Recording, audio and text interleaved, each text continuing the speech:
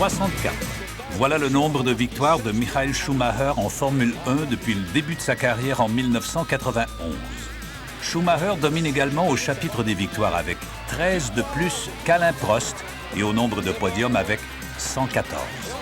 Si Schumacher avait encore quelques objectifs personnels à réaliser, il pourrait sans doute penser au Brésilien Ayrton Senna, qui le devance toujours pour le nombre de pole positions avec 65 contre 50 pour Schumi.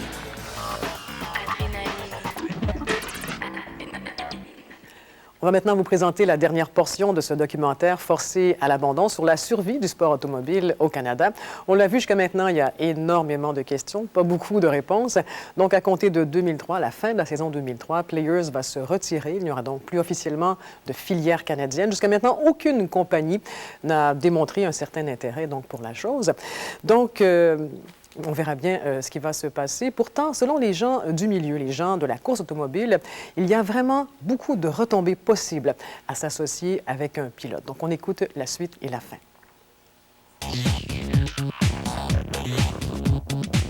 En course automobile, le nerf de la guerre, on le sait, c'est l'argent. Sans le soutien financier d'un commanditaire, rien n'est possible. C'est donc là qu'est la clé. Il faut convaincre les entreprises des retombées qu'elles peuvent espérer en s'associant à un pilote de talent. Je me souviens en 1995, lorsque Jacques a gagné la course l'Indy 500, les retombées que nous avons, et j'oublie les chiffres, là, mais on parle de millions et de millions de dollars en retombées médiatiques pour la marque Players en une course, pour une course. Alors, je ne peux pas croire que ce potentiel et ces opportunités n'existent pas pour d'autres commanditaires. Quand Patrick Carpentier fait le front page d'un journal avec Players, vous savez que la première page d'un journal, là, elle n'est pas à vendre, hein? Vous ne pouvez pas l'acheter. Allez voir n'importe quel des grands quotidiens, puis dites, je vais acheter la première page, il n'y a personne qui va vous la vendre. Ça n'a pas de prix, ça. Et ça vaut cher. Donc, l'argent qu'on va investir versus ce qu'on va récolter en visibilité, en notoriété, en crédibilité, c'est là qu'une entreprise doit faire un calcul.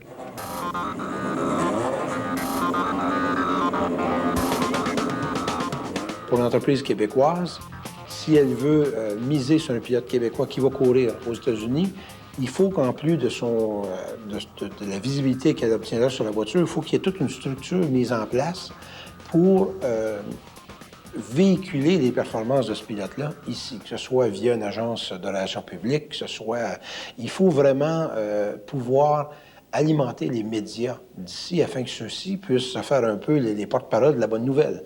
Parce que quand bien même que Marc-Antoine Gamiran irait dominer le championnat américain de Le Mans, si on avec l'appui d'une entreprise québécoise, si on n'entend pas parler ici, au-delà d'un sentiment d'avoir accompli quelque chose d'extraordinaire en aidant un jeune pilote local, elle n'y trouverait pas nécessairement son compte.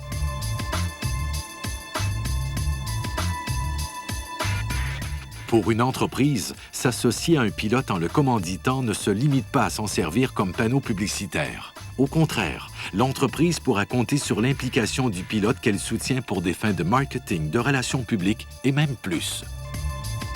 On peut faire une comparaison avec une équipe, par exemple. Une équipe de travail peut être comparée à une équipe de course. Il faut tout le temps être ensemble, il faut tout le temps donner le maximum. Ready, go!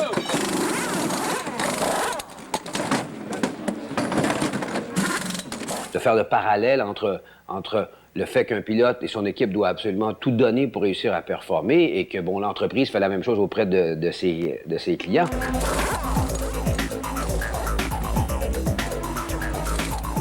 Un pilote ne peut donc pas compter sur son seul talent pour se vendre. Il doit également être le candidat idéal pour représenter l'entreprise qui le soutient. Il en devient le porte-parole, voire le symbole. Il faut du charisme, du bagou, de l'entre-gens, mais aussi savoir parler en public et projeter une image de gagnant.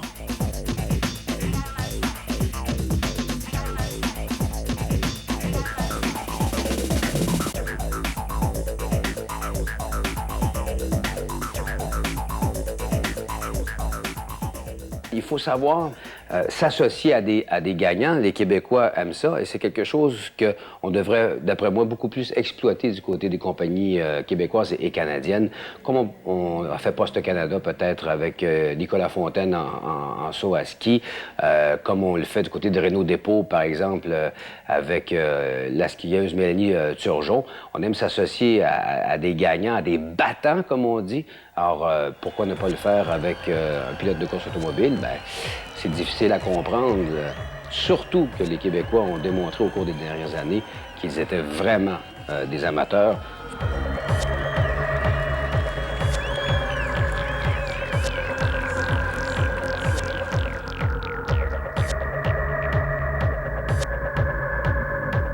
Sans programme de développement de pilotes, sans structure qui permettrait à nos jeunes talents de prendre leur envol, le Québec donnera-t-il naissance à d'autres gagnants? Jacques Villeneuve aura-t-il été notre dernier champion du monde? Il faut encourager le sport au niveau de base qu'est le karting, parce que c'est certainement là qu'on prend la piqûre pour ce sport-là.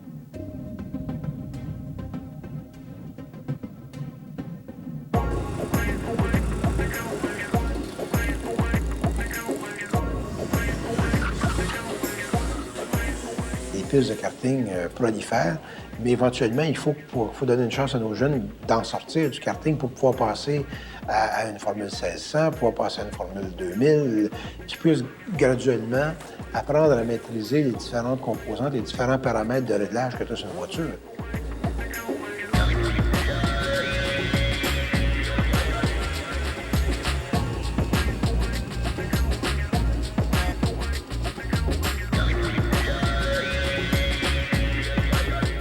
Tous les pilotes rêvent évidemment de connaître une ascension fulgurante qui les mènera au sommet le plus rapidement possible. Pour y arriver, il faut du talent, il faut de l'argent, mais il faut aussi être bien encadré.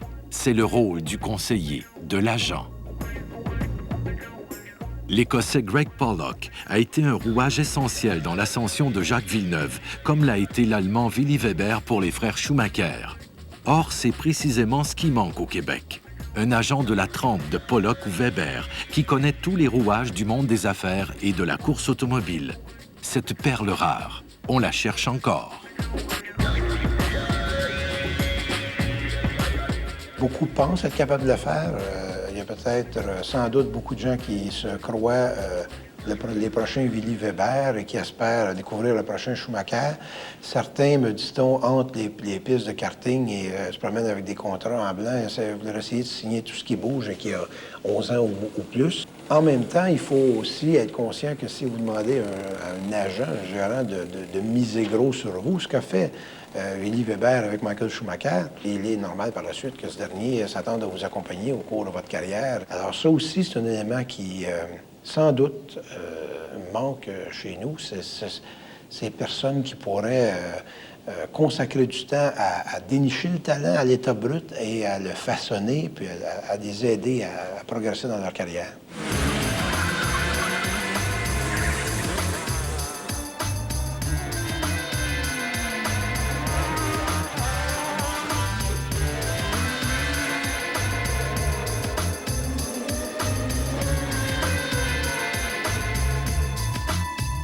Nos espoirs québécois ne courent presque plus.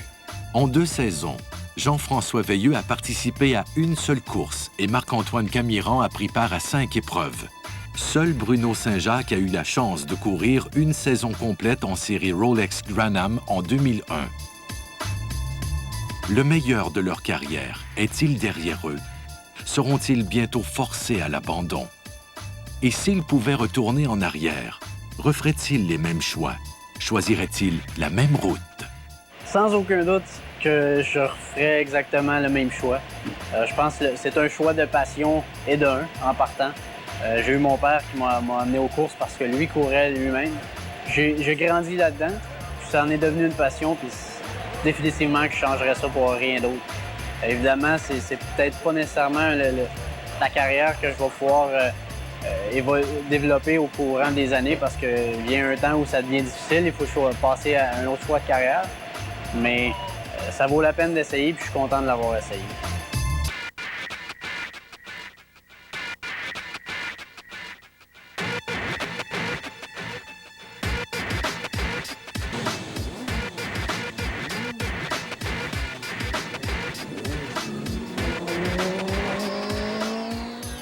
jamais voulu faire d'autres choses dans ma vie. J'ai fait toutes les étapes.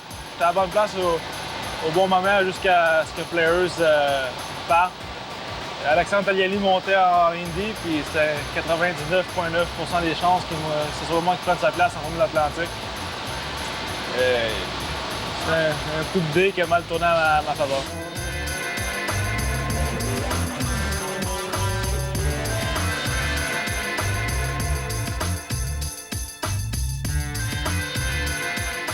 Je ne rechangerai absolument rien.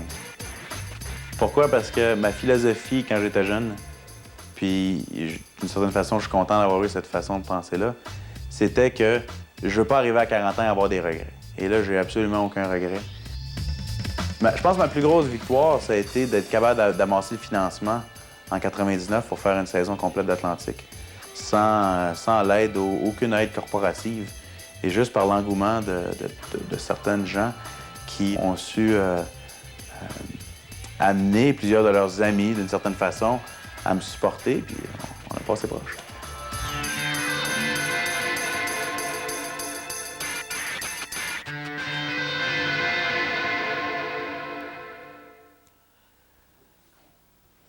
Alors, est-ce que ces jeunes hommes se trouveront un volant? Est-ce que les essais que Bruno Saint-Jacques a fait la semaine dernière en Italie en Formule 3000, est-ce que ce sera concluant?